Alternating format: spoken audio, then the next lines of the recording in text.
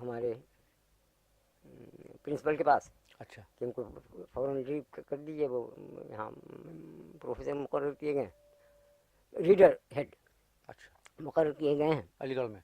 نہیں نہیں، گورکھپور یونیورسٹی اچھا میں گورکھپور یونیورسٹی میں. ریڈر ہیڈ مقرر کیے گئے ہیں اور ان کو ریلیو کر دیا. ہوں، ہوں. اچھا ادھر علی گڑھ سے آفر ہم اسسٹنٹ ڈائریکٹر اچھا شپ آف علی گڑھ history of Urdu literature. Literature یہ ہمارے پاس پہنچ چکا تھا. اچھا تو میں نے اس کو ایکسیپٹ کیا. علی گڑھ کے؟ نہیں، گورکھپور یونیورسٹی اچھا. کو. اور شرط یہ لگائی کہ کم سے کم جو اس وقت میں تنخواہ پا رہا ہوں اس سے اتنی تنخواہ، اتنا اسٹارٹ مجھے زیادہ ملنا چاہیے اچھا کہ میں قبل اس کے کہ ریٹائر ہوں میں اپنا میکسیمم ٹچ کر لوں. ٹھیک. اور اس میں ہم نے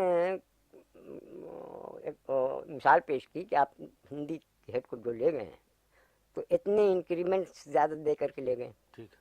وہی میں چاہتا ہوں. انہوں نے بلا تو لیا. اچھا اور میں درخواست دے چکا تھا کہ 2 سال کی چھٹی دیجیے. یہ علی گڑھ کے لیے دیا تھا میں نے. اچھا 2 سال اپنے کالج میں کہ 2 سال کی چھٹی دیجیے. اس چھٹی کو میں نے کنورٹ کر دیا. میں نے کہا صاحب مجھے گورکھپور یونیورسٹی کے لیے چھٹی دیجیے. اچھا اچھا اس میں بڑے پہلے اوپر آئے. ہم نے کہا صاحب بھیج دیجیے باہر. بشپ سے میں نے کہا، خیر اس نے دے دیا. تو میں 2 سال کی چھٹی لے کر کے گورکھپور یونیورسٹی میں نے جوائن کیا. اچھا لیکن میں نے کہا کہ یہ ہے ہم کو یہ ملنا چاہیے. تو وہ کہیں کہ ہم 2 انکریمنٹ دیں گے آپ. ہم نے ان سے کہا کہ دیکھیے آفر ہمارے پاس اتنے کا ہے اچھا علی گڑھ کا. ٹھیک. مجھے اتنا نہ دیجیے، میں تو 150 کم مانگ رہا ہوں. ٹھیک لے جا کے دکھا دیا. ہے. تو انہوں نے کہا کہ صاحب کچھ کمپرومائز کر لو. میں نے کہا میں نہیں تیار ہوں. اور ابھی سے میرے نام کے علاوہ ایک آدمی اور جو انٹرویو میں آیا ہے اس کا نام رکھ لیجیے، اس لیے کہ میں اگر چلا جاؤں علی گڑھ تو پھر آپ ایڈورٹائز میں کریں. ٹھیک ہے. اور وہ ورنہ لڑکوں کا حرج ہو جائے کلاسز کا. انہیں کو مقرر کریں. چونچہ آج کل وہ وہی ہیں کون سا؟ ڈاکٹر محمود الہی. اچھا وہ جب سے ہی ہیں؟ ہاں جب سے. تو میں نومبر سن 58 میں چلا آیا علی گڑھ. علی گڑھ چلا آیا. تو وہاں آپ تاریخ ادب اردو کے اسسٹنٹ ڈائریکٹر کی حیثیت سے آئے؟ ہاں which was working under the Urdu department. اچھا اچھا. تو وہاں آپ کو کیا کام سپورٹ ہوا؟ وہاں اصل میں میری سپورٹ تو صرف ایڈیٹنگ تھی. اچھا یعنی مضامین. ٹھیک ہے. اس کی ایک رپورٹ بصیغہ راز میں نے وہاں کے وائس چانسلر کو بھیجی تھی. اچھا عالیہ احمد سرور نے اتفاق کیا تھا کہ ہاں آپ رپورٹ بھیج دیجیے. وہ ڈائریکٹر تھے؟ وہ ڈائریکٹر تھے. تو وہ تو ڈائریکٹر تو وہ ایکس آفیشیو ہوتا ہے نا، یعنی ہیڈ آف دی ڈپارٹمنٹ جو وہ ہوتا ہے ڈائریکٹر ہوگا. وہ ڈائریکٹر تھا. میں نے پیمنٹ اس کا نہیں ہوتا تھا، ٹھیک ہے. پیڈ آفیسر نہیں تھا. ٹھیک ہے. تو میرا کام نگاروں سے خط و کتابت کرنا، ٹھیک ہے. مضامین مانگنا، تقاضا کرنا. وہ مضامین جب آ جاتے تھے تو تخمینی تھوڑی سی رقم جو کل کی ہوتی چھپنے پر، جو کل کی ہوتی اس کا 2/3 میں ان کو بھیج دیتا تھا. اچھا تو یہ سب صرف چیک پہ درخواست ہوتا تھا عالیہ احمد سرور کا. تو اس میں 5 والیوم میں تھی وہ. جی. تو پہلی والیوم کو کسی نہ کسی طرح سے میں نے ایڈٹ کیا. یہ 5 والیوم جو ہے یہ کس کس دور سے کہاں کا ایک تو شروع دکن ہوتا ہے؟ پیریڈ ہے. یہ کہاں تک ختم کیا تھا؟ یہ 1700 1700 نہیں 1700 سے پہلے سمجھیے 1700 پہ. اچھا اور 1700 سے 1800 تک کے کچھ طرح کا ہے. اچھا یاد نہیں 1832. ہاں اس وقت یاد نہیں کوئی زبانی. ہاں اب زبان تو نہیں یاد ہے اس کو. مگر حالت یہ تھی کہ ہر جلد کے کچھ نہ کچھ مضامین آئے ہوئے تھے. اچھا